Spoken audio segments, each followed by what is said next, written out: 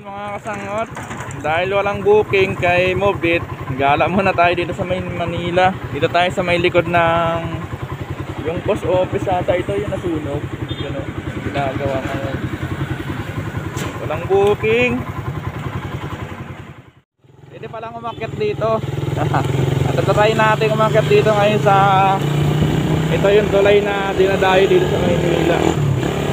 Maganda sana kung gabi mga kasangot eh. Kaso araw, pero okay na din. At least naranasan natin makapasyal dito. Nakikita lang natin sa mga vlogger mga kasangot. Eh ngayon tayo naman